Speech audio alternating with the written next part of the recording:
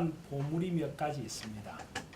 저는 그 가운데도 우리가 가진 이 사복음서, 마태복음, 마가복음, 누가복음, 요한복음이 우리 그리스도인들이 가진 가장 큰 보물, 보배라고 생각을 합니다.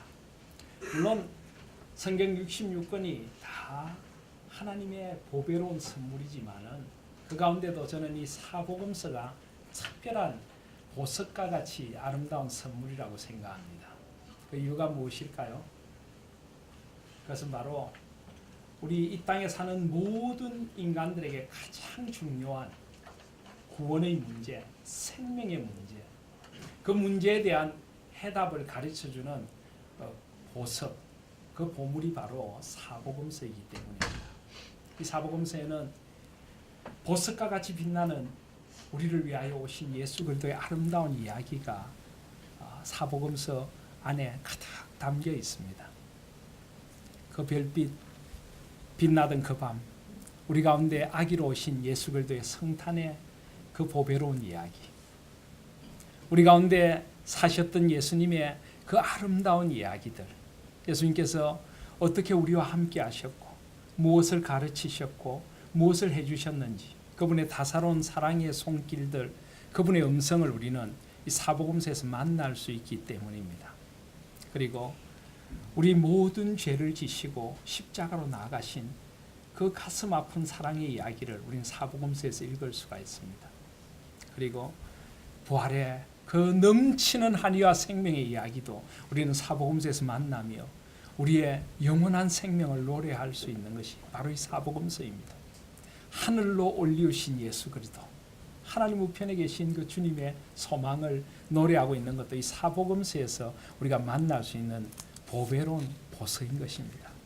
여러분, 이보다 더한 보석이 어디에 있습니까? 이 영원한 보석이 어디에 있습니까? 여러분, 세상의 보석이 그렇게 아름다워 보이십니까? 세상의 보석은 다 영원하지 않습니다. 제가 남아공에 있을 때 한 곳을 여행했는데 가보니까 그곳에서 세계에서 제일 큰 다이아몬드가 나온 곳이라고 일컬어지는 곳이 있습니다. 우리 한 100년도 전에 1800년대 말에 한 100몇십 년 전에 세계에서 제일 큰 다이아몬드가 그곳에서 나왔답니다. 지금은 그 다이아몬드는 영국 왕실에 있는데요. 그 다이아몬드가 나왔던 그 다이아몬드 광산이 있습니다. 이제는 뭐 더 이상 다이아몬드가 나오지도 않는데 그 광산을 일종의 놀이동산으로 만들어 놨습니다. 그리고 다이아몬드가 나왔던 기념관, 뭐 박물관, 역사관 이런 것으로 만들어 놨습니다. 근데 거기에 가보니까 볼링장이 하나 있는데 한 100년 된 볼링장이 있습니다. 이 옛날에 이 다이아몬드 광산 노동자들이 이 볼링장에서 볼링을 하고 이 운동을 즐겼다고 하는 볼링장인데, 이 볼링장에서 이 볼링을 해가지고 퍼펙트, 이 모든 볼링핀을 다 쓰러뜨리는 퍼펙트를 하면은 상으로 진짜 다이아몬드를 줍니다. 진짜 다이아몬드를. 그런데 100년 역사 동안 아무도 이 퍼펙트가 아직 한 번도 안 나왔습니다. 이유가 뭔지 아십니까? 이 볼링장이 100년 전에 나무를 깎아 만들어 가지고 면이 그냥 울퉁불퉁합니다. 그리고 볼링 공도 나무로 깎아 만들어서 울퉁불퉁합니다. 이걸 던지면 그냥 제대로 굴러가질 않습니다. 퉁퉁 튀다가 옆으로 가버립니다. 절대 이 퍼펙트가 나올 수가 없는 그런 볼링장으로 만들어 놓고 진짜 이 보석을 준다 그럽니다. 여러분, 그 보석을 받으면 뭘 하겠습니까? 세계에서 제일 큰 보석이 나왔으면 뭘 하겠습니까? 다 사라지고 말 것들이고, 우리가 이 세상이 다라면은, 이 세상을 떠나면 다 그냥 그 모든 것이 아무런 의미가 없죠. 이 세상에 어떤 것도 영원한 것이 없습니다. 그런데 우리 하나님께서는 이 영혼의 이야기를 우리에게 들려주시기 위해 이 사복음서를 쓰게 하셨습니다. 영원한 소망, 영원한 생명, 영원한 보석. 그래서 하나님께서는 4명의 저자를 택하셔서 4가지 빛깔, 4가지 필치, 4가지 목소리로 예수 그리스도의 그 아름다우심을 다양하게 담아내도록 사복음서를 우리에게 주신 것입니다. 4권의 복음서면 충분할까요? 아닙니다. 사실은 천명의 저자를 통해 천권의 복음서를 준다고 할지라도 예수님의 이야기를 다 담아낼 수는 없을 것입니다. 그렇지만 하나님께서는 4명의 저자를 택하셔서 4권의 복음서를 주셔서 4권의 복음서를 통하여 보석과 같이 빛나는 예수 그리스도께서 어떤 분이신가를 우리에게 알리기를 원하셨습니다. 마치 다이아몬드가 여러 면으로 깎여져서 보는 곳마다 영롱한 빛이 다르게 보이고 그 아름다움이 빛이 나듯이 이 4복음서 마태와 마가와 누가와 요한이라는 이 복음서를 통하여 예수 그리스도가 얼마나 아름다운 분이시고 그분이 우리 가운데 하신 그 영원한 보석처럼 빛나는 일들이 어떤 일들인가를 아름답게 또 조화롭게 보여주고 계신 것이 바로 이 사복음서입니다. 그래서 사복음서가 우리 인간에게 주신 하나님의 가장 아름다운 보물이라고 저는 믿습니다. 여러분 동의하십니까? 아멘. 그렇습니다. 부활의 이야기도 마찬가지입니다. 이 부활의 이야기를 사복음서가 각각 증거하고 있습니다. 이 4복음서 이야기들을 하나로 맞춰 놓으면 부활하신 주님의 그 모습이 좀 더 완전한 그림을 가지고 우리에게 다가오게 됩니다. 그래서 저는 이 2018년 부활절을 맞으며 특별히 올해 우리 교회의 주제가 예수님처럼이기에 예수님의 부활 사건을 각 복음서마다 어디에 초점을 맞추어 전하고 있는지 그렇게 함께 말씀을 나누고 있는 것입니다. 지난주에는 마태가 증언한 예수님의 부활 이야기를 나누었습니다. 마태는 예수님께서 유대인의 왕이요 만왕의 왕으로 오셨음을 강조한 사람이었습니다. 그래서 이 부활 자체가 만왕의 왕이신 그분이 보여주신 생명의 능력이다. 그래서 마태복음의 부활은 특별히 안식 후 첫날 새벽을 강조합니다. 역사의 새로운 새벽. 이 부활로 말미암아 모든 것이 새롭게 되었음을 강조합니다. 누구든지 그리스도 안에 있으면 새 것이 되었도다. 보라 이전 것은 지나갔으니 보라 새 것이 되었도다. 바로 마태는 새 것이 된 우리들의 모습. 이 부활로 말미암아 모든 것이 새롭게 되었고 이제 우리는 더 이상 안식일이 아니라 안식 후 첫날 이 주일을 하나님 앞에 예배하며 매주일을 부활절로 지키며 이 부활의 기쁨과 위로와 생명을 노래하게 되었다. 마태는 이렇게 왕이신 그분이 하나님 나라에 온전히 새로운 역사를 여셨다는 것을 강조하고 있는 것입니다. 와서 빈 무덤을 보라고 합니다. 빈 무덤은 왕이신 그분이 계신 곳이 아닙니다. 무덤은 비어 있었습니다. 돌문은 굴려졌습니다. 왕이신 그분이 나오기 위하여 돌문을 굴린 것이 아니라 그것은 우리로 하여금 이 빈 무덤을 보라는 것입니다. 부활하신 그분은 장소의 제한을 받지 않지만 우리는 이 땅의 시간과 공간 속에 살아가기에 이 빈 무덤을 보고 그분의 부활을 확신하라고 빈 무덤을 보라고 하십니다. 갈릴리로 가자고 하십니다. 우리 삶의 자리자리마다 부활의 소망과 부활의 향기를 살아내자고 하시는 것입니다. 하늘과 땅의 모든 권세를 지니신 예수 그리스도 부활하신 주님께서 우리와 세상 끝날까지 함께하리라고 약속하십니다. 모든 족속에게로 가라고 하십니다. 아버지와 아들과 성령의 이름으로 세례를 주라고 하십니다. 왕이신 그분이 분부하신 모든 것을 가르쳐 지키게 하라고 하십니다. 마태복음의 부활은 우리를 가슴 뛰게 하는 왕의 노래, 왕의 생명의 노래를 우리에게 들려주었습니다. 자, 그렇다면 여러분 마가복음의 부활이 강조하고 있는 것이 무엇일까요? 특별히 마가복음의 부활절 이 기사를 우리가 자세히 보면 마가가 강조하고자 하는 것이 나옵니다.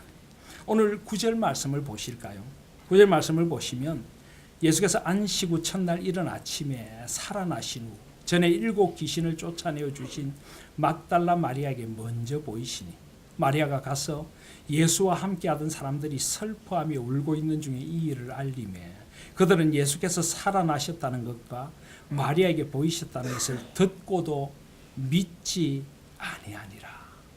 여러분 여기서 강조하고자 하는 특별한 무엇이 있습니까? 물론 무엇이든지 다 강조가 될 수 있습니다만은 마가복음에서는 특별히 부활과 믿음, 이 부활 신앙에 대하여 우리를 다시 한번 일깨우고 있습니다. 그래서 이 막달라 마리아가 부활하신 예수님을 만나고 가서 제자들에게 말했는데 듣고도 믿지 아니하더라. 믿지 아니하더라. 여러분 이때 막달라 마리아의 마음이 어땠을까요? 우리가 세상 살다 보면 세상 일에서도 이런 일을 만나죠. 내가 분명히 보고 가서 이야기를 하는데 믿지 않을 때 그때 여러분 마음이 어떻습니까? 내가 봤다는데 근데 우린 못 믿겠어. 이때 우리는 마음이 정말 황당합니다. 봤다는데도 못 믿느냐고. 그런데 제자들은 믿지 않습니다. 왜 믿지 않았을까요? 이것은 충분히 이해는 될 수 있습니다. 죽은 자가 다시 살아난다는 것. 그것은 인간의 논리와 인간의 이성과 인간의 오감과 인간의 생각을 완전히 뛰어넘는 새로운 세계이기 때문입니다. 우리 인간의 논리와 인간의 이성의 한계로는 믿을 수가 없는 사실이 벌어진 것입니다. 하나님이신 그분이 이루신 일을 지금 인간들이 받아들이기가 힘이 들었다라고 이야기를 합니다. 오늘 12절에 보시면 그 후에 그들 중 두 사람이 걸어서 시골로 갈 때 예수께서 다른 모양으로 그들에게 나타나시니 두 사람이 가서 남은 제자들에게 알리었으되 역시 믿지 아니하니라. 아마 이 두 제자는 누가복음 24장에 나오는 엠마오로 가는 두 제자였을 것입니다. 근데 그들이 가서 제자들에게 알렸는데 역시 믿지 아니했다. 지금 두 번째입니다. 두 번째 부활의 증인이 와서 이야기를 하는데도 믿지 않았다. 여러분 이것은 무엇을 이야기하는 걸까요? 우리에게 묻는 것입니다. 여러분은 믿고 있습니까? 여러분은 진짜 부활의 주님을 믿습니까? 진짜 예수 그리스도께서 부활하신 것을 믿습니까? 하나님께서 죽은 예수 그리스도를 다시 일으키신 것을 믿습니까? 이것은 인간의 논리로 믿어지는 것이 아니기 때문에 다시 한번 묻고 계신 것입니다. 그리고 14절에 보시면 그 후에 11 제자가 음식 먹을 때 예수께서 그들에게 나타나사 뭐라고요? 그들의 믿음 없는 것과 마음이 완악한 것을 꾸짖으시니 이는 자기가 살아난 것을 본 자들의 말을 믿지 아니함이라. 결국 예수님께 직접 나타나 보여주십니다. 그러면서 그들의 믿음 없는 것, 마음이 완악한 것, 이 마음이 굳어있는 마음에 대하여 책망을 하십니다. 그러면서 뭐라고요? 자기가 살아난 것을 본 자들의 말을 믿지 아니함이라. 그들이 살아난 것을 본 사람들이 증언을 하는데도 믿지 않았던 그 어리석음, 그 믿음 없음, 그 하나님의 역사에 대한 믿음 없음을 꾸짖으신 것입니다. 그러면서 이제는 살아나신 예수 그리스도를 분명히 보았으니 이제는 그 부활의 증인이 되어서 이제는 그 믿음을 가지고 세상 속을 향해 나아가라는 것입니다. 그래서 15절에 보시면 또 이르시되 너희는 온 천하에 다니며 만민에게 복음을 전파하라. 16절에 다시 한번 믿음이 강조됩니다. 믿고 세례를 받는 사람은 구원을 얻을 것이요. 마태복음에는 아버지와 아들과 성령의 이름으로 세례를 주라고 하셨다면 마가복음에는 믿고 믿음의 세례가 필요합니다. 누구를 믿어야 합니까? 부활하신 그리스도를 믿어야 합니다. 예수 그리스도를 죽음에서 일으키신 하나님 아버지를 믿어야 하는 것입니다. 성령께서 부활의 주님을 증거하심을 믿어야 합니다. 예수 그리스도의 십자가와 부활을 믿는 자들에게 세례를 베풀라고 이야기를 하십니다. 17절에도 다시 한번 믿음을 강조합니다. 믿는 자들에게는 이런 표적이 따르리니. 이 부활의 믿음을 가지고 살아가는 사람들에게는 부활의 역사가 나타날 수밖에 없다는 것입니다. 이 믿음의 역사, 부활의 산소망이 이런 표적으로 임하게 될 것이란 것입니다. 곧 그들이 내 이름으로 귀신을 쫓아내고 새 방언을 말하며 뱀을 집어올리며 무슨 독을 마실지라도 해를 받지 아니하며 병든 사람에게 손을 얹는 적 나으리라. 그러신 후에 예수 그리스도께서 말씀을 마치신 후에 하늘로 올려지사 하나님의 우편에 앉으십니다. 20절은 이렇게 끝을 맺습니다. 제자들이 나가 두루 전파할세 주께서 함께 역사하사 그 따르는 표적으로 말씀을 확실히 정언하시니라. 이제 그들은 부활의 믿음에 충만합니다. 이 확신이 있습니다. 확실히 말씀을 정언하게 될 때 놀라운 역사들이 일어나게 되었다는 것입니다. 그래서 마가복음에서 강조하는 부활은 무엇입니까? 부활의 신앙입니다. 이 부활에 대한 흔들리지 않는 믿음, 이 확고한 믿음을 가지고 살아가는 사람, 그가 바로 크리스찬 신앙인이다 하는 것이 마가복음의 결론인 것입니다. 사랑하는 성도 여러분, 이 믿음이 있습니까? 여러분은 이 부활에 대한 흔들리지 않는 믿음이 있습니까? 그렇다면 제가 더 이상 오늘 설교를 할 필요가 없을 것 같습니다. 제가 이쯤 마치면 여러분들이 놀라시겠죠. 제가 좀 이상해진 줄 알고 일주일에 한 번 가장 큰 예배의 시간에 이렇게 말씀을 마칠 수는 없지 않겠습니까? 여러분, 오늘 이 마가복음의 기사를 보면은 이 믿음에 대한 것을 아주 특별하게 강조를 하고 있습니다. 그런데 여러분, 이 부활 사건의 정인, 이 믿음의 정인이 누구입니까? 오늘 16장 1절에 보시면 안식일이 지남에 막달라 마리아와 야고보의 어머니 마리아와 또 살로메가 가서 예수께 바르기 위하여 향품을 사다 두었다라고 합니다. 이 부활의 정인은 여인들입니다. 여인들. 이 마가복음만이 아니라 지난주에 살펴본 마태복음도 그랬고요. 누가복음도 그렇고요. 요한복음도 그렇고 사복음서는 모두 부활의 정인으로 여인들을 등장시킵니다. 물론 이 여인들이 아주 특별한 사랑을 가지고 예수님 곁을 지켰고 예수님의 무덤을 특별한 사랑으로 제일 먼저 찾아갔던 것은 사실입니다. 그런데 여러분, 이 부활의 정인으로 여성들을 사복음서가 함께 등장시킨다는 것은 지금 우리의 눈으로 보면 별로 이상하게 안 보일지 몰라도 예수님 당시에 이 1세기의 눈으로 볼 때, 이 사회 형편으로 볼 때에는 이것은 사실 굉장히 충격적인 일입니다. 왜 그런지 아십니까? 죄송한 말씀이지만은 1세기 사회 속에서는 여인들은 정인이 될 자격이 없었습니다. 그러니까 사회가 잘못된 것이죠. 아주 비뚤어진 사회였습니다.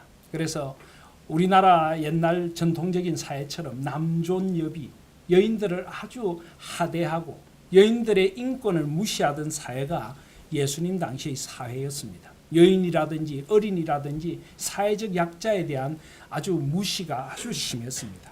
그래서 안타까운 그런 기록들이 역사 속에 많이 있습니다. 예를 들어 여인들 하면은 법정에서 정인이 될 수가 없었습니다.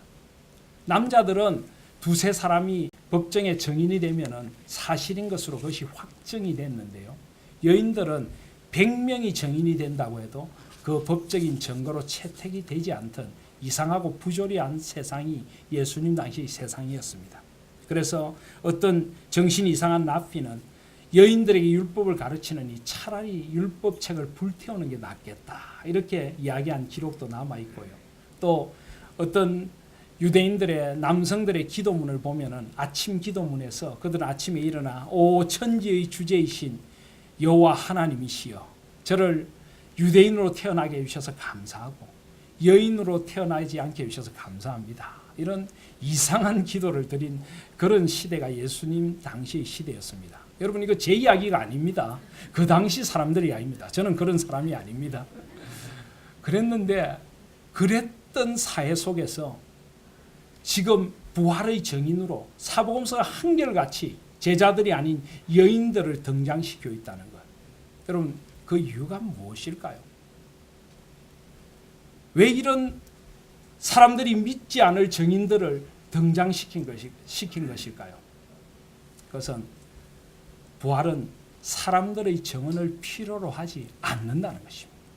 오히려 이것이 사실이라는 반증이 됩니다. 여러분 만약에 이 부활이 꾸며낸 이야기라면 이것을 어떻게든 사람들에게 믿게 하려고 꾸며낸 이야기라면 어떤 복음서 기자도 여인들을 정인으로 등장시키지 않을 것입니다.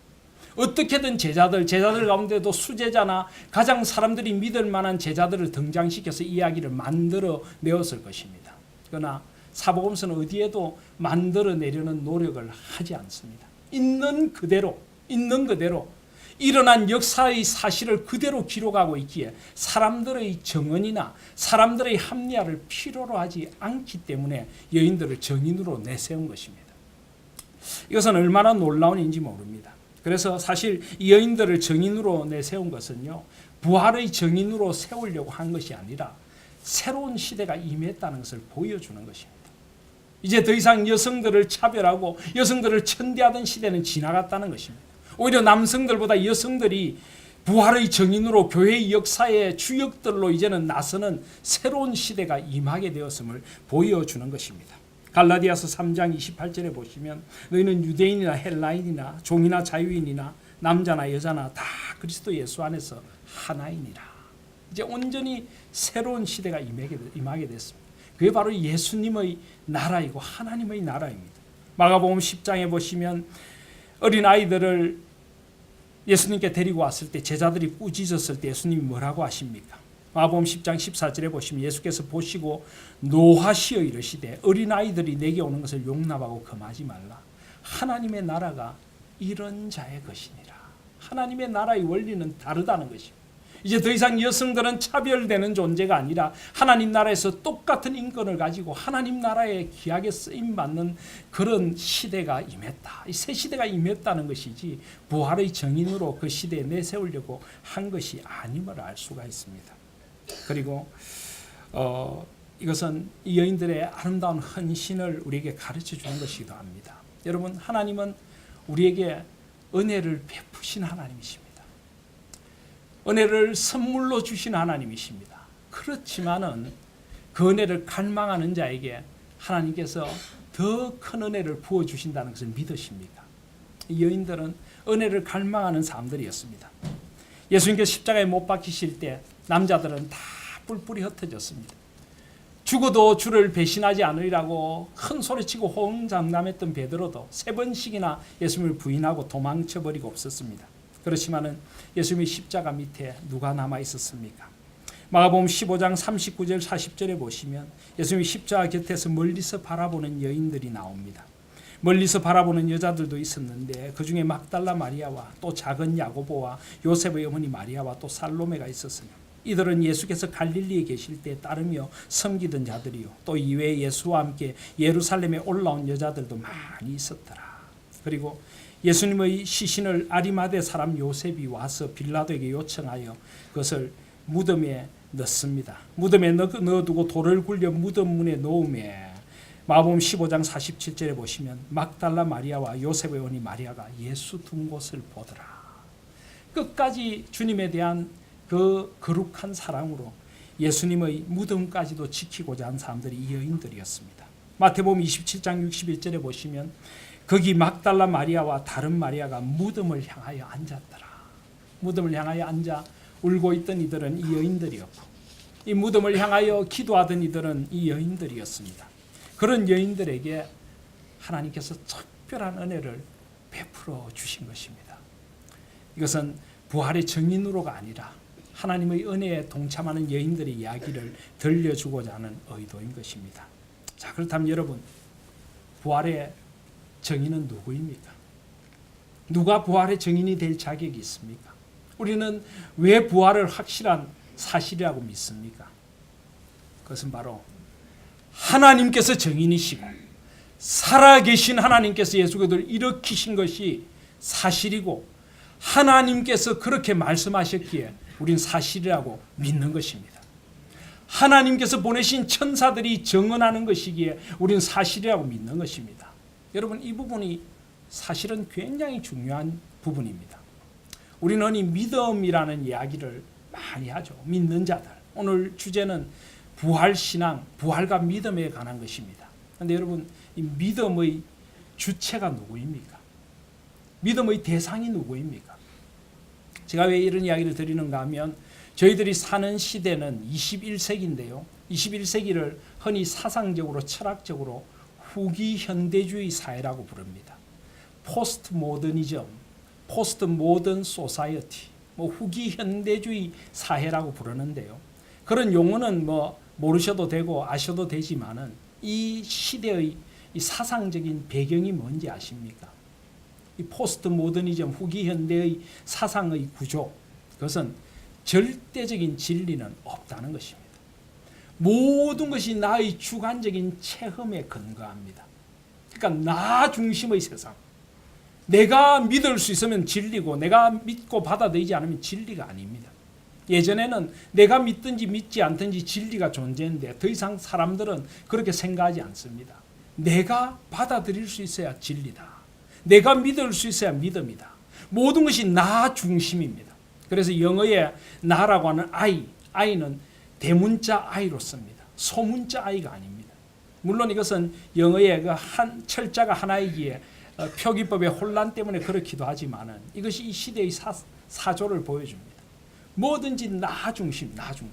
믿음도 나 중심이고 예배를 드려도 나 중심이고 모든 것이 나의 만족에 있습니다. 성경을 읽어도 내가 이해하고 싶은 대로 이해합니다. 그런데 여러분, 우리 그리스도인의 신앙은 그런 것이 아닙니다. 이 세상에서는 나라는 나의 주관적인 체험, 주관적인 믿음이 강조된다면 우리도 물론 주관적인 믿음의 고백을 배제하는 것은 아니죠. 나는 믿습니다. 전능하사 천지를 창조하신 하나님 아버지를 믿습니다.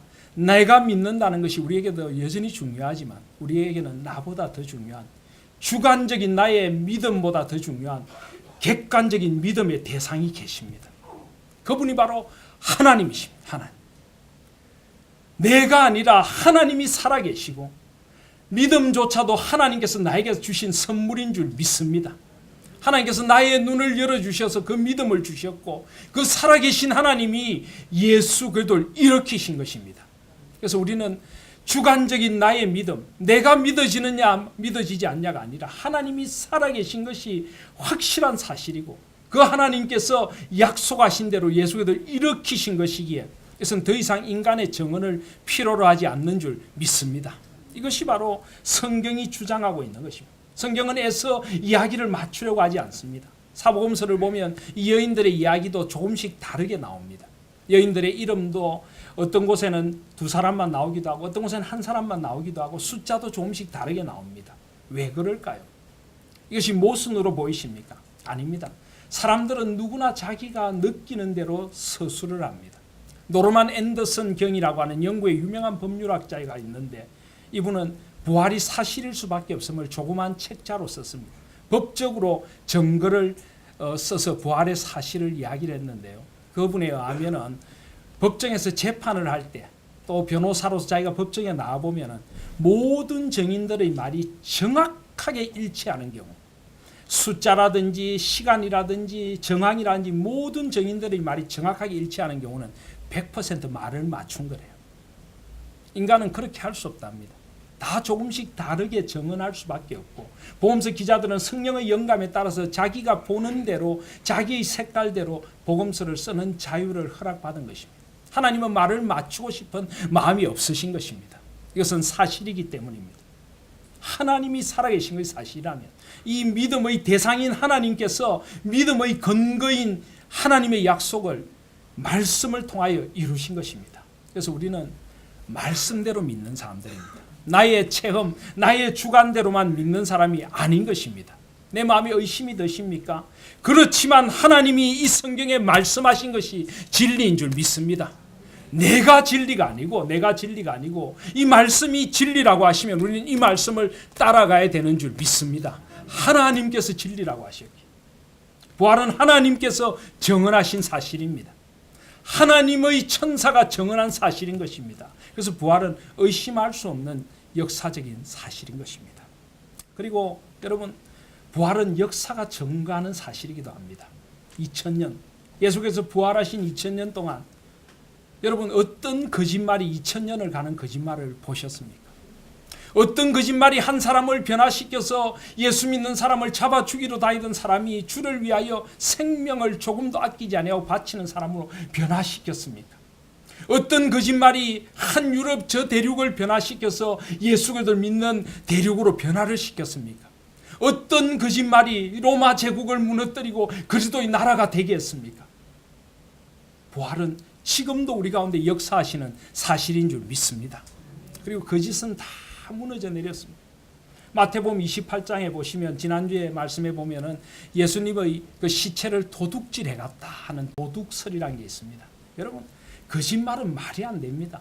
여러분, 그게 말이 됩니까? 마태복음 28장을 다시 한번 잠깐만 생각해 보십시오. 로마의 군병들이 자고 있는 사이에 예수님의 제자들이 와서 시체를 훔쳐갔다고요. 여러분, 로마의 군병들이 그렇게 쉽게 잠들겠습니까? 로마의 군병들이 보초를 쓰다가 잠들면은 사형입니다. 사형. 그리고 여러분, 설사 그 사람들이 다 곤하게 잠이 들었다 합시다.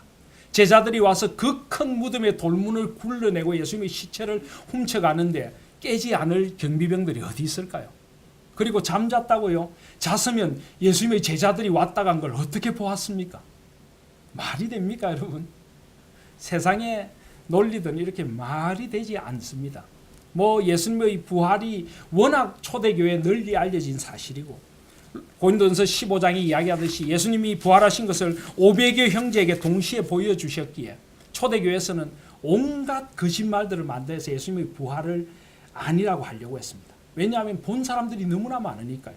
그래서 아까도 이야기했던 것처럼 예수님의 시체를 도난당했다는 설도 있고요. 기절설이라고 하는 것도 있습니다. 예수님이 실제로 죽지 않으셨는데 십자가 위에서 기절을 했는데 무덤에 넣어놨더니 신선한 바람에 깨어났다. 여러분, 예수님이 죽으신 것은 로마서 15장에 보시면은 44절에 빌라도는 예수께서 벌써 죽었을까 하고 이상히 여기 백부장을 불러 죽은 지가 오래냐 묻고 백부장이 알아본 후에 요셉에게 시체를 내주었다라고 마가복음에 초대교회 때 기록해도 될 만큼 역사적인 사실이었습니다. 예수님의 시체 옆구리를 창으로 찔렀을 때 물과 피가 다 쏟아졌습니다. 그것은 죽음의 증거라고, 의학적인 증거라고도 이야기를 합니다. 그리고 여러분, 예수님이 그렇게 채찍에 맞고 그 무거운 십자가를 지고 골고다에 가셔서 6시간을 달려서 모든 것을 다 쏟으신 그분이 기절해서 깨어났다가 그 무거운 돌문을 열고 나오셨다고요? 이게 말이나 되는 이야기입니까? 또 무슨 다른 무덤설이라고 하는 것도 있습니다. 여인들이 너무 예수님을 사랑해서 새벽에 예수님을 찾아가다가 길을 잘못 떠서 다른 무덤을 찾아갔다. 새 무덤, 빈 무덤을 찾아가서 무덤이 비었다. 여러분, 만약에 그랬다면 이 유대인들이 그냥 있었겠습니까? 이 멍청한 사람들아, 여기 와서 진짜 무덤을 보라, 여기 누워있지 않느냐라고 했지 않겠습니까? 그렇게 할 수는 없었던 것입니다. 또 환상설도 있습니다. 너무 예수님을 사랑하다 보니까 공동묘지에서 부활하신 예수님을 환상 가운데 봤다. 여러분, 환상은 언제 보입니까? 여기 지금 이 시간은 아침 해 돋을 때입니다. 아침 해 돋을 때 환상이 보입니까? 환상은 주로 밤 12시 보슬비가 내리는 어느 밤 공동묘지에서 보여지는 게 환상이죠. 여러분, 말도 되지 않는 이론들을 가지고 예수 그리스도의 부활이 거짓이라고 하는 그 모든 거짓은 다 무너져 내렸습니다. 오직 진실만이 끝까지 남아서 사람들을 변화시키고 이 부활의 주님에 대한 고백을 우리에게 하고 있는 것입니다. 그래서 우리 그리스도인들은 그냥 믿는 사람이 아닙니다. 우리는 예수 그리스도의 십자가를 믿는 십자가의 증인들이고 부활을 믿는 부활 신앙인들이고 부활의 증인들임을 믿습니다. 로마서 10장 9절에 보시면 내가 만일 내 입으로 예수를 주로 시인하며 또 하나님께서 그를 죽은 자 가운데서 살리신 것을 내 마음에 믿으면 구원을 받으리라. 하나님께서 예수 그리스도를 죽은 자 가운데 살리신 것을 마음에 믿는 자가 구원을 받습니다. 사람이 마음으로 믿어에 이르고 입으로 신하여 구원에 이르느니라. 여러분, 우리의 신앙은 부활 신앙임을 잊지 마시기를 바랍니다. 지난주에도 말씀드렸지만 우리 그리스도인의 상징은 딱 2가지 아니면 3가지 뿐입니다. 우리는 구유와 십자가와 빈무덤이라는 3가지 상징을 갖고 있습니다. 이 땅에 아기로 오신 예수 그리스도 그분을 이었던 구유, 이것은 하나님의 아들이신 그분이 우리 가운데 오신 성탄의 상징을 우리에게 보여줍니다. 그리고 십자가, 우리 모든 죄의 문제를 용서해 주신 그 아픈 사랑의 십자가, 이 십자가 위에서 우리의 죄가 용서되었고 우리는 하나님과 화목해 된 존재가 된 것입니다. 그리고 빈무덤, 그가 여기 계시지 않고 살아나셨느니라. 바로 그 빈무덤에서 우리는 부활의 노래를 부를 수 있는 것입니다. 우리는 그냥 그리스도인이 아니라 예수 그리스도의 구유와 십자가와 빈무덤을 믿는 바로 이 부활의 신앙인들임을 잊지 마시길 바랍니다. 그리고 이 부활의 정언을 안고 세상을 살아가는 사람들입니다. 여러분, 오늘 말씀도 그렇고요. 오늘 말씀에 보시면 8절에 여자들이 몹시 놀라 떨며 나와 무덤에서 도망하고 무서워하여 아무에게 아무 말도 하지 못하더라. 처음에 그들은 너무 두려워했습니다. 그렇지만 그들의 두려움이 이제는 소망으로 바뀌게 된 것입니다. 그들은 조금 있다가 부활의 정인으로 일어서게 되는 것입니다. 여러분, 왜 우리가 세상을 두려워합니까? 왜 죽음을 두려워합니까? 왜 세상의 허무한 것들에 굴복합니까? 어쩌면 우리에게 진정한 부활 신앙이 없어서 그런 것은 아닐까요? 정말 부활 신앙이 있고 정말 부활 소망이 있다면 우리는 두려워할 필요도 없고 무서워할 필요도 없고 허무해할 필요도 없는 줄 믿습니다. 우리 수고가 헛되지 않을 줄을 믿습니다. 우리가 정말 이 부활 신앙을 가지고 살아간다면요, 이 세상에 우리가 그렇게 쉽게 끌려가고 흔들리고 넘어지지 않을 줄 믿습니다. 이 흔들리지 않는 부활의 신앙을 가지고 살아가는 저와 여러분들이 되시기를 바랍니다. 그래서 오늘 말씀은 결론적으로 이 부활의 신앙을 살아가는 사람들에게 표적이 따른다라고 합니다. 17절에 보시면 믿는 자들에게는, 이 부활을 믿는 자들에게는 이런 표적이 따르리니, 이런 표적이 반드시 나타나야 된다는 것입니다. 어떤 표적입니까? 곧 그들이 내 이름으로 귀신을 쫓아내며 새 방언을 말하며 뱀을 집어올리며 무슨 독을 마실 자도 해를 받지 아니하며 병든 사람에게 손을 얹은 적 나으리라. 물론 초대교회 때 사도행전에 보면 이런 역사가 그대로 나타납니다. 사도행전 16장에 귀신 들린 여종이 노임을 받는 역사가 나타나고요. 사도행전 2장에 보면은 새 방언으로 말하는 그런 오순절의 역사가 나타납니다. 사도행전 28장에 보면은 뱀을 짚고 독을 마신다 했는데 사도 바울이 멜리데 섬에서 독사에게 물렸는데 죽지 않습니다. 그 멜리데 섬에서 병든 사람에게 손을 얹은 적 보볼리오 그 추장 그 집안에 그런 이 병나음의 역사가 일어나기도 합니다. 그런데 여러분, 이런 역사가 지금도 계속되지만은 우리에게는 이것을 좀 더 깊은 의미로 들을 것이 요구됩니다. 여러분, 귀신이 뭡니까? 귀신이 꼭 어디 머리를 산발하고 입가에 피를 묻히고 나타나는 것만이 귀신입니까? 우리를 하나님의 형상답지 못하게 살도록 만드는 모든 것이 귀신인 줄 믿습니다. 우리의 정신을 빼앗아가고 우리 영혼을 빼앗아가고 우리가 이 세상에 어떤 세속적인 쾌락들, 어떤 세상에 탐닉하는 것들이 우리 영혼을 빼앗아가서 우리가 온통 그런 생각만 한다면 우리는 세상의 쾌락이라는 귀신에 빠진 것입니다. 우리가 모든 것을 돈으로만 생각하고 오직 돈 벌기에만 혈안이 되어 있고 돈 때문에 사람의 영혼조차 판다면 우리는 돈이라는 물질이라는 귀신에 사로잡힌 것입니다. 우리가 서로 미워하고 우리가 끝까지 사랑하지 못한다면 우리는 미움이라는 귀신에 우리 영혼이 사로잡힌 것입니다. 우리를 붙들고 있는 수많은 세상의 어둠의 권세, 공중령의 지배들이 있습니다. 그런데 부활의 소망을 가진 사람은, 부활의 믿음을 가진 사람은 그런 귀신한테 휘둘리지 않는 줄 믿습니다.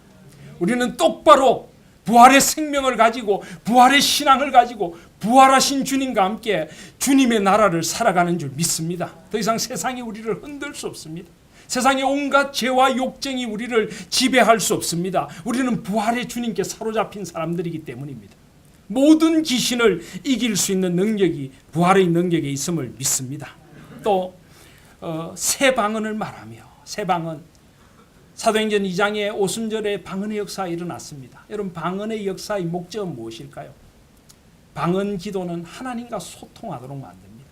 방언의 역사는 하나님의 큰 일을 그 공동체가 함께 듣도록 만듭니다. 방언은 소통의 언어이고 공감의 언어이고 함께하는 언어입니다. 그렇습니다. 부활의 역사를 사는 사람은 더 이상 나 하고 싶은 말, 내 마음대로 나오는 말을 하지 않습니다. 다른 이에게 상처 주고 아픔을 주는 말, 아주 독하고 악한 말, 세상에 더러운 말들을 하지 않습니다. 우리는 입이 달라진 사람들입니다. 우리는 언어가 달라진 사람들입니다. 우리는 공감의 언어를 나눕니다. 우리는 배려의 언어를 나눕니다. 우리는 다른 이들을 위로하고 축복하는 언어를 나눕니다. 공동체를 세우는 언어를 나눕니다. 새 방언을 말하는 자리에 우리는 서게 된 것입니다. 믿으십니까? 그리고 18절에 보시면 뱀을 집어올리며 무슨 독을 마실 자도 해를 받지 아니하며, 세상에 뱀이 있고 독이 있습니다. 우리를 물어뜯고 우리를 넘어지게 하고 우리를 악하게 치려는 그런 악들이 있습니다. 그러나 여러분, 부활의 생명을 가진 사람은 어떤 악 앞에서도 바르게 설 줄 믿습니다. 넉넉히 이길 줄 믿습니다. 우리를 우리 주 하나님의 사랑 안에서 끊을 자가 없을 줄 믿습니다. 그리고 병든 사람에게 손을 얹은 적 나으리라. 우리가 우리의 힘으로 치유할 수는 없지만 예수 그리스도의 치유를 전해주고 예수 그리스도의 치유를 기도해 줄 수는 있는 것입니다. 병든 이들 곁에 앉아서 함께 눈물을 흘릴 수는 있는 것입니다. 호반의 예수라고 하는 일본의 엔도 슈샤쿠라고 하는 유명한 크리스찬 작가가 쓴 책에 보면은 그 책에 나오는 예수님은 기적을 베풀 수 없는 예수님입니다. 물론 그것은 진짜 예수님이 아니라 우리 그리스도인을 말하죠. 기적을 베풀 수 없는 예수님은 기적을 베풀 수는 없지만은 병든 자들 곁에 밤새도록 함께 앉아 있으며 울어줄 수는 있습니다. 그의 머리에 손을 얹고 기도할 수는 있고 머리에 수건을 갈아주며 위로할 수는 있습니다. 바로 우리가 그런 작은 예수가 되어야 한다는 것을 엔도 슈샤쿠는 말하고 있는 것입니다. 저와 여러분은 이제 부활의 생명을 살기에 이제는 우리는 다른 생명, 다른 가치를 살아가야 되는 줄 믿습니다. 부활의 믿음을 사는 사람에게는 이런 표적이 나타나야 될 줄 믿습니다. 그럴 때 우리 가운데 부활의 예수님이 보여질 줄 믿습니다. 저는 우리 하나님 공동체가 이런 공동체가 되기를 소원합니다. 이 세상의 귀신을 쫓아내고 새로운 방언이 우리 가운데 넘치며 어떤 독과 악이라도 넉넉히 이기고 서로 위로하고 서로를 위하여 기도하고 함께 치유하고 회복되는 공동체, 이것이 바로 부활의 공동체입니다. 저 여러분, 이런 공동체를 살아갈 때 주님께서 그 따르는 표적으로 주께서 함께 역사하실 줄 믿습니다. 이런 믿음의 역사가 우리 가운데 있기를 소원합니다. 그리고 말씀을 확실히 정언하시니라. 이 소망의 역사, 여러분, 이 부활의 신앙을 안고 부활의 믿음의 산 역사를 살아가시는 저와 여러분들에게 주님께서 함께 하심을 믿습니다. 우리 하나님 공동체, 이런 부활의 공동체 되기를 주님의 이름으로 축복합니다. 아멘.